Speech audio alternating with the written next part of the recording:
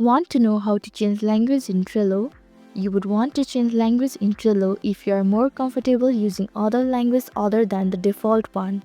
Changing it to your preferred language allows you to navigate and use the app more easily.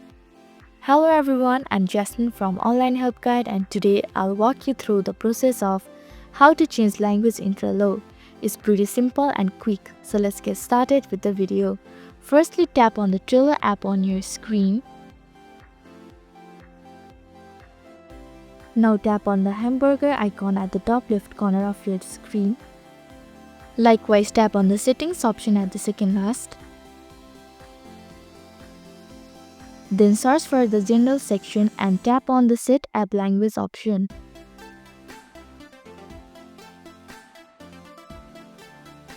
Here you can see variety of languages. However, some of the languages may not be available, so you will need to select from the available ones. Finally, select the language you prefer and tap on it. So this is how you can change the language in Trello. Thank you for watching Online Help Guide. I hope this video was helpful. If it was, then hit the like button and comment down if you have any questions or feedback. Also, if you are new to our channel, please subscribe and hit the bell icon so that you don't miss our upcoming videos.